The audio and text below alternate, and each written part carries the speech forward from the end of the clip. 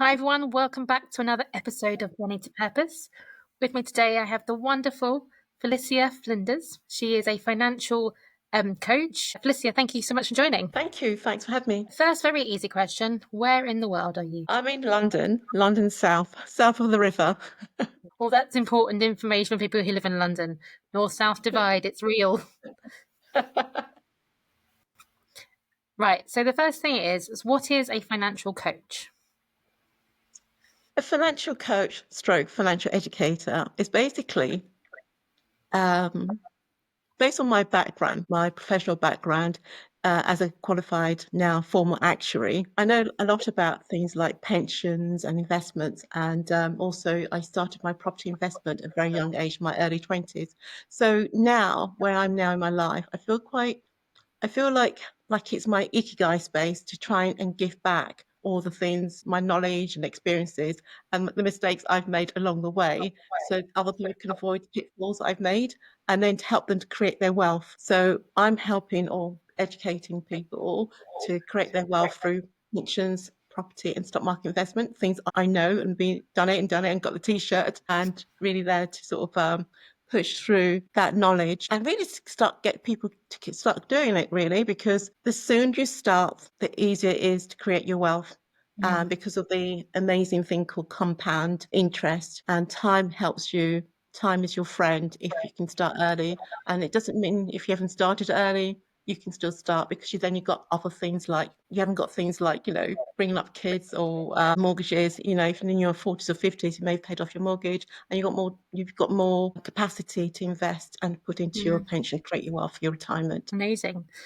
What, in your experience, are the main blockers people have around, understanding how to create wealth? Do you see patterns in people you work with? Yeah, it's patterns I recognise in my own family. Like my mum, she was a nurse, so her passion was more about helping people and healing people.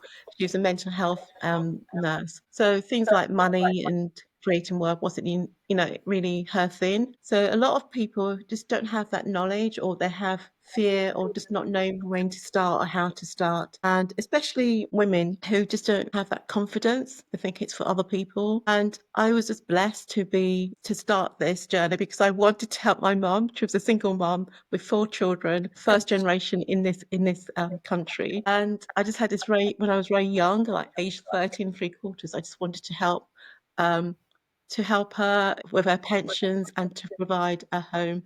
So we lived in we lived in a council house, and she had 4 children. She was a nurse. So nurses, as you know, in UK, they don't get paid a lot of money. So she used to she gave up her pension right. So she stopped paying her pension in order to create more money to put my food on the table. And so she didn't have a pension. I just remember thinking, what's she going to do when she retires? Because she hasn't got a pension. So I sort of, in a weird way, Matilda type way, I took upon myself to look after her and said, look, I'm going to do that. I'm going to study hard, go to university, work in the city, and get a good job so I can support her. That was my why. So yeah. And is your mum sorted now? If she's still around? Unfortunately, she's not around, but because I was so passionate to help her, I helped her at a very young age. I was early 30s. I helped get her property, so she moved out of her council house and moved into to be closer to me. And she helped me to look after my kids. She looked after them whilst I went back to work to work as an actuary. So it was like a win-win situation between mum and I. Wonderful. That's exciting. And what do actuaries actually do? Actuaries are like it's a really small profession, still quite a small profession. Everyone knows what an accountant does, but no one knows what an actuary does. Actuaries specialise in what our tagline for our profession is making financial sense of the future. So we specialise in pensions, we specialise in investments and stuff like that.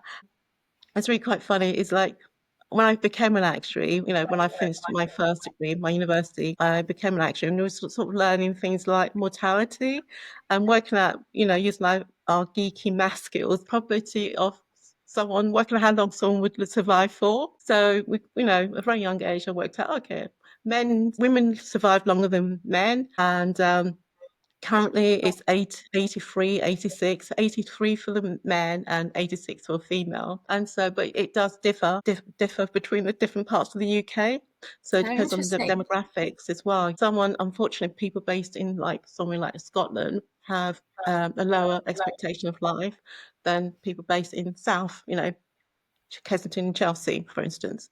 So Mm, it's so many factors involved in mortality. And so the reason why we as actuaries we need to know about things like this, like, how long would a person would live in order to work out how long the insurance company will pay for their pensions. So it's all right, yeah. linked, life expectancy and pension and payments out. So we work out how much money an insurance company will put aside to provide for, liabilities like pensions and pay like life insurance claims. So yeah, it was really weird starting off because I didn't know what an actuary was until my last day at university when my friend was going for a job interview. I said, I'm going for a job interview with an actuarial firm. I said, what's that? What's an actuary? And then she didn't go into the profession, but I did because I loved doing like combined maths and business and economics and finance. And also at a very, very young age, I wanted to work in a city because I was based in West London. So I can get in a central line, go from East Acton to the bank and work in the city. So combining maths and finance was like, just like, yeah, bee's knees. I was really happy. And it worked out well because I didn't really know what they would, what actuaries were. But it really provided me with, it's for people who love maths and money. And so it's like combines the two. So even now at this age, I'm combining maths and helping people create their wealth through pensions and property and investment. So yeah, I'm really passionate about it. I suppose because I came from a very humble background, because mum being a nurse and a single mum with 4 kids in London, in the city of London, wealth wasn't like, it's still quite, I'm really sort of driven because I really want to help other people. I think everyone should have access to wealth. And if they have that knowledge, buckets of, information, they can put things into place to create their wealth. And as soon Mm, as they know that information, like opting to a pension. My mum didn't, she opted out, paying to a pension regularly. And slow and steady, everyone can be wealthy through, just taking actions, knowing what to do. So looking back, I think if mum knew about not to opt out about, out of her pension scheme, she'd be like, she would have got a pension at, retirement. She wouldn't have to rely on her kids. Although ethically, culturally, my heritage is Nigerian. We expect, or parents expect the kids to provide for them mhm, in old age.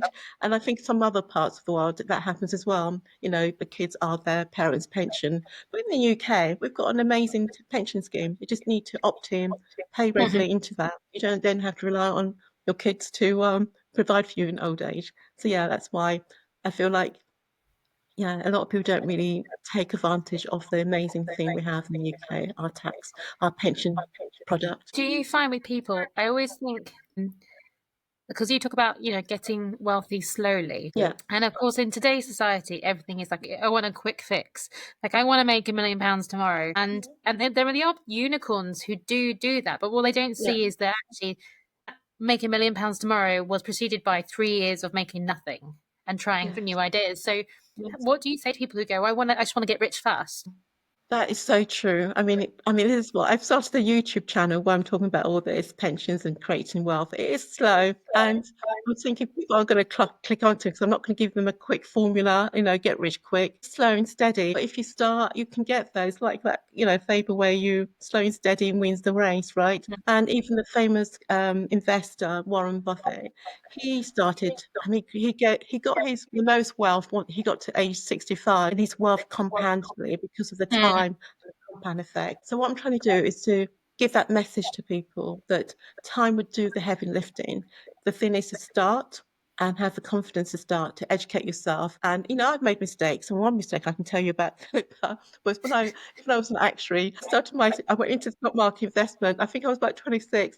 And I got a tip from someone at the school gate, a dad, and he said, "Oh, invest in this and that." And it went up like it went up 5 times. And then within a year, it went down to nothing. So I was thinking, so that really put me off the stock market. I thought, I'm not doing stock market investment. It's too risky because I'm really risk averse. And but the only reason why that happened is because I invested in the individual company, and that is more risky. Unless you've done the research, it is risky. But if you invest in a global low fee passive index tracker, that is a slow and steady way to wealth. Because, for instance, I give you an example: the S&P 500 as the top 500 companies in the US.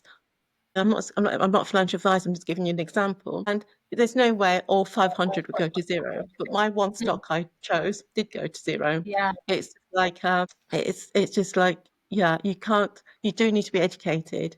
But if you are educated, and this is why I want to provide workshops where I provide, information about where I went wrong and where to avoid that. And then even the other one I did invest in, it went up, then it went down again. It's called Arm Holdings.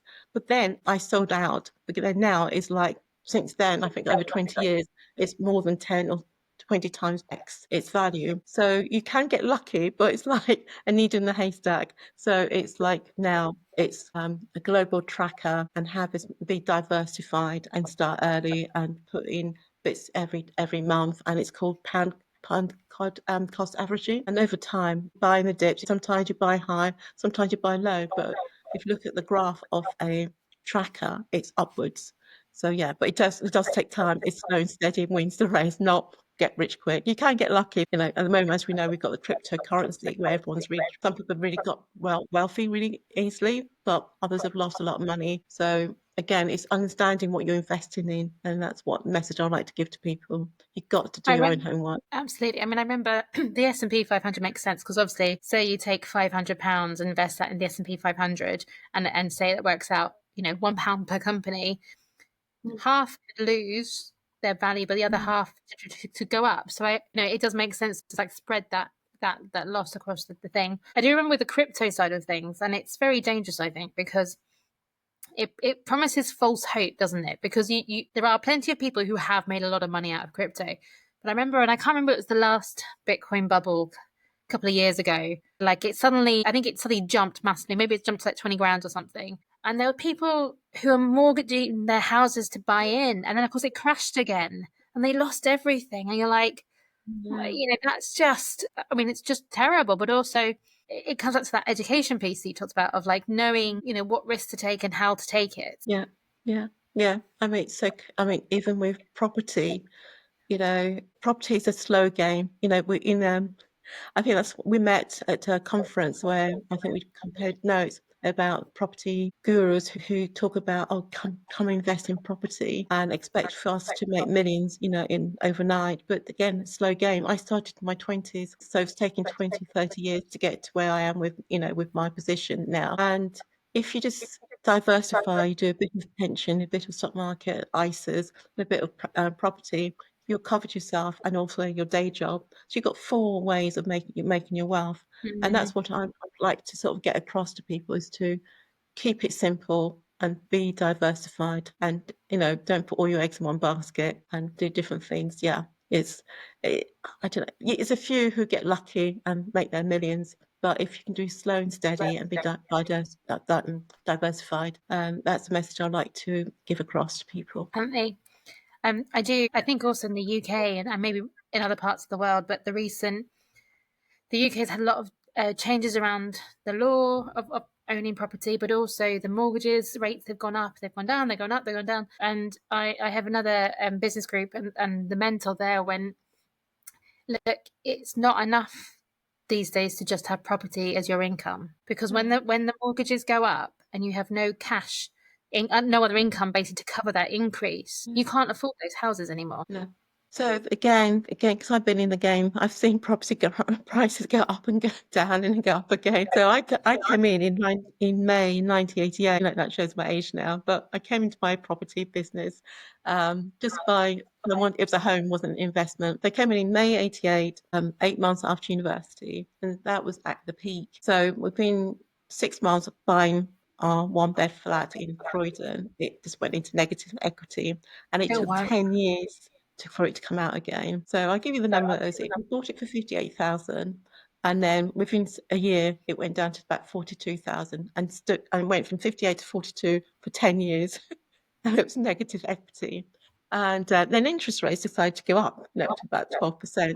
So it was like crazy, and didn't have much disposable income. But then now we look back 20, 25 years later, a thousand flat in Croydon, one bed flat in Croydon, is now worth about 210, 220.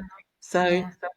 time, again, is of the essence. You just have to be slow and steady and be patient. Yeah, it's back to that. You can't. yeah, with my based on my experience, slow and steady, and it's the message I would like to get to people is like just start and don't expect overnight success, and nothing is overnight success. Even like the most famous people, like Beyonce or Tiger Woods, they started really young. It was Yeah, 20 years to get to where they are. So yeah, I'd never sort of say, even with any investment, anything you do in life takes time. definitely. It's a bit Can I ask? boring. My message is a bit boring. I think coming and knocking on I my door don't and know. run to the back of the room. In a world where everyone's like, be flashy, take risks, I think you need to have a voice of reason that goes, look, it works for some people, but you've got to understand that this isn't a guaranteed thing. And that's the truth, I think. Yeah. With negative equity, so you had 10 years of that house. What does it, I mean, I know what it means in terms of the value of the house. So obviously, if you sold the house, you'd lose money. But when you've got a mortgage and it goes into negative equity, I'm guessing you were on a fixed rate, so you just keep paying that rate. How does it if you have the resilience to hold through that period? Yeah. What does that actually look like? What do you have to do? Okay, what happened with I can give you my example, my case study. So we bought it in 88 and then um t- that's a one bed flat. And then 4 years later, I had my son, so we couldn't really live in one bed flats. What we did was we rented it out and Hmm. moved it, and then we rented ourselves to a bigger house. And then it took 10 years. Well, it was rented out for 10 years, so from 88 to 98. And so we were like watching every year. So as soon as it reached back to its 58,000, we sold. The point I'm trying to make here is like it went down for 10 years. And now, if I've kept that property, it's now Hmm. worth 200,000 or more, right? So it's back to buy and hold. What's in the right location? It will be okay because London is London, and but you've got to have that. Again, that's my lesson is like you've got to hold. And even with a stock, if you bought something, the stock market will go down. In fact, the stock market peaked in 2000, and it took about 8 years for the market to go up again, and that was flat for about 8 years. So, but if you held on to it now, the stock market it's gone up since then. Hmm. So it's having that um, knowledge to buy in the right location or the right stock or the right fund, hold a for the long term, 10 to 20 years, and things will go up. So in the meantime, this is why you need to diversify. Whilst the stock market is down, the property market can be going up and vice versa. And then, and also again, your profession you choose to go into, you've got to be nimble if you decide to go into the wrong profession and that profession is going downhill, then have the courage to start doing like extra lessons in evening classes to upskill and then maneuver yourself to a new profession. So again, Mm. it's like, for instance, now AI is the thing. Everyone should be learning about AI because it's not going to go away. That's the time to start, now is the time to learn. In my days, it's things like learning about laptops and computers, PCs that wasn't there when I was, in my 20s. Again, always be on the lookout to upskill and upgrade because things are always moving. Nothing's stable. You can't just sit still and go, oh, I'm happy now. You've got to always be lookout and keep yourself going. This is why I think when we first met, we met at T Half Ekla, the secrets of a millionaire mind, the Yeah, mindset about the six jars, remember? yeah, Have yeah, I love that. 10% for training, no, have 10% of your paycheck. I've done a video on this one. And I think that's the best system about how to allocate your paycheck. 10% for always training and upgrading your skill set. Yeah. And your 2%, Yep. the other 5 jars for investment, short term, long term, necessity and giving. So yeah. Do you know, I think the jar system was the biggest thing I took away from that weekend of the T Harvey Eker Yeah. because and it's so simple and for those who don't know essentially what they talked about was how you divide up your salary each month and you have that one jar which is for your bills and you have that one jar for fun and it was really important to have a jar for fun which I really much loved and that jar for saving and that jar for training. And I think, again, and it kind of lends itself to what you talk about, because even if you're paying off debt, even putting like £10 aside into savings is more than nothing. And accumulates over time. And as you pay down the debt, the more can go up. And I also think it's really important to and I'm a workaholic, but having fun is so important to me. But how I have fun probably looks very different from other people. I love going abroad and working abroad because in between working, I will visit wherever, I went to Faro at the weekends just for a few days. And I worked on the Friday and then on the Saturday and the Sunday, I just walked around and I was touristy and it was great. But everyone was like, but you went and worked. It's like, yeah, but because actually, because had a client I had some deadlines for, and that's fine. But I worked on a bar in the sun in January in the UK, and yeah, Yeah. it is just such a privilege. But also, I now have, since you and I met, it was like a year and a half ago now. I have a second business, which is a travel business because I love travel. And I was like, how can I make money out of travel? I found out how. So I do that now. And that's mostly to pay for my own travel, but it's brilliant. Yeah. I have like a product business, I have my therapy business, and I have like consulting. I have, Yeah. these different income streams. And part of it is because of what you say, which is I want to make sure I have options. Yeah. Because if I have one thing and that one thing goes down, I Yeah. have nothing. And you see the job market go up and down. You see the economy go up and down. And I think I've got to the stage in my life where I don't want to be reliant on anyone because then you have no choice. Yeah.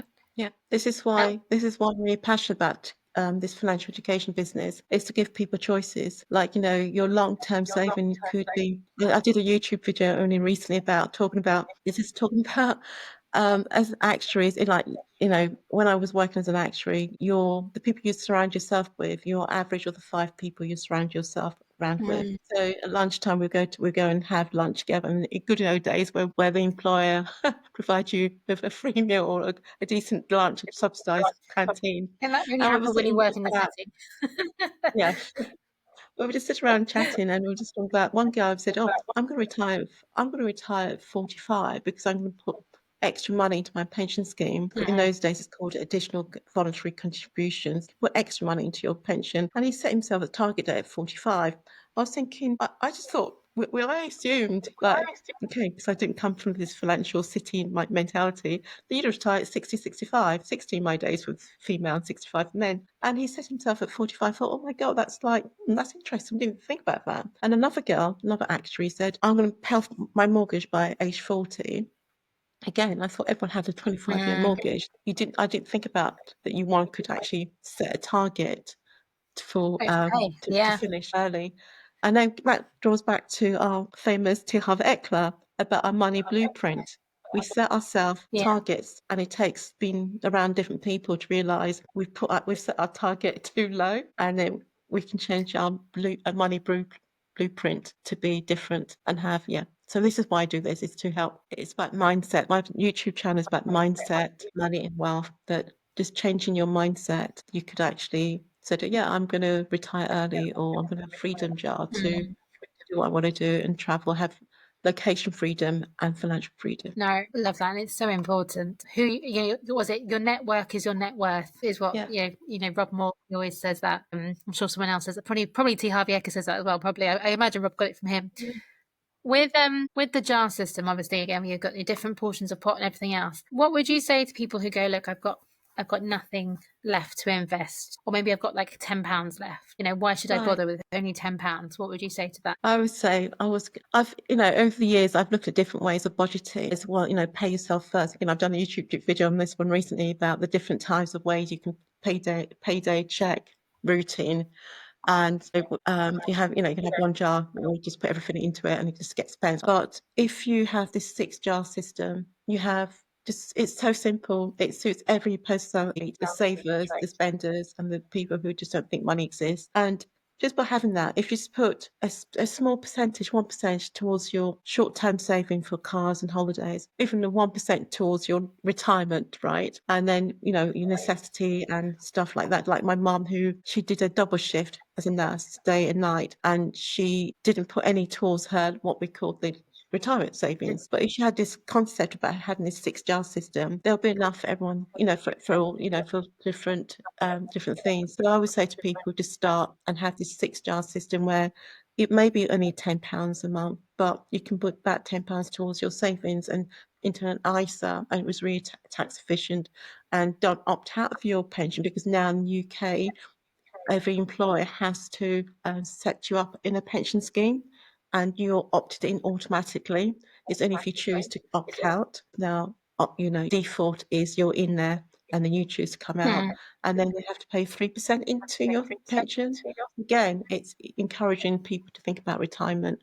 And so So automatically you get 3% just by working, because employers have to set that going. And then it's up to you to just start slowly, gradually, and tweak it and start putting bits more into it, or even have a second job, maybe have do extra hours at work, and say all that overtime will go towards your future freedom jar. Definitely. Yeah, that's what I was saying. Always Yeah, start. I love that. And also something that I learned during my corporate career, it was the salary matching, so the pension matching thing you just talked about, because some of the companies I worked for would match up to 10%.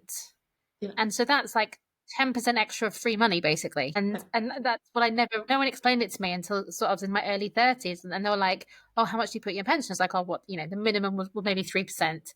They're like, but yeah, the company matches. So if you put it up to the maximum, they will match that. And that's like double going in. And that was a yeah, revelation to me at the time. I couldn't yeah. believe that was a thing. And no one had to kind of explain to me that's how it worked. I'm glad you brought this up again. I've done a YouTube video on this one, how to take up your match contribution by employer, because it's not in their interest to talk about it, but it's in your staff benefit. And all you have to do is like be aware of it and go, okay, I'll go to HR now. I'll try and understand it a bit more. But yeah, some companies do give you this match contribution, but it's up to you to take the action and say, yeah, I'm going to take it up and do it, because they're not really going. It's not in their interest to talk about it, but it's in your interest to learn about it. So, as a Yeah, pension actuary, I'm trying to say to people, these are the things to think about. Don't opt out.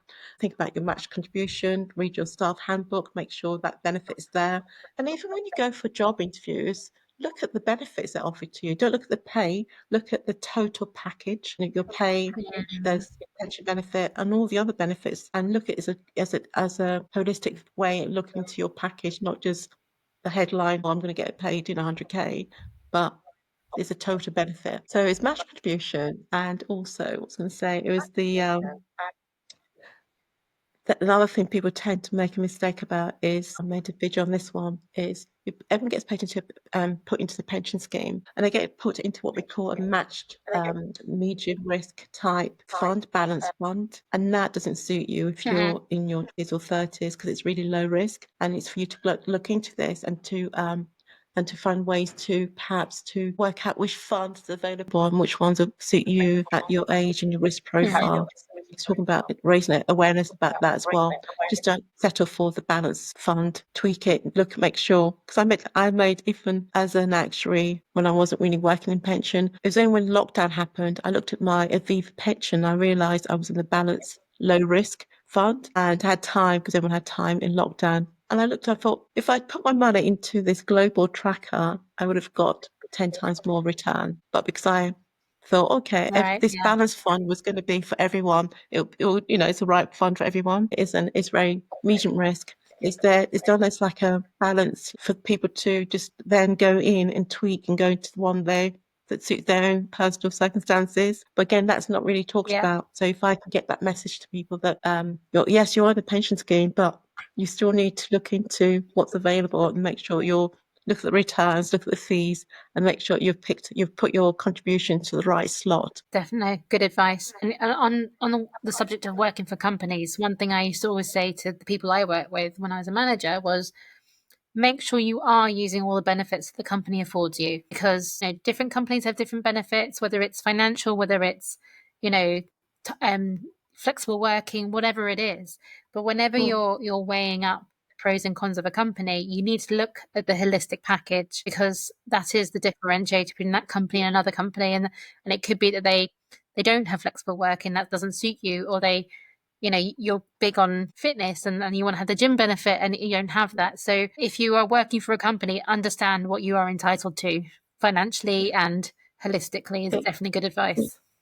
yeah. I mean, I don't know, I just by default, because I was a working mother, I needed the flexibility to work part time and remotely. So the companies I chose was did have those benefits. I could work part time. I went from full time to part time, and also I could work from home. So before lockdown, like now, after lockdown, everyone can work from home. But before that, it was really difficult to work from home. Only progressive looking companies allowed you to do that. So again, it's looking at the benefits, not just, the headline salary. Totally agree. There we go. It's um important, like I said. Felicia, thank you so much. It's been amazing, really interesting.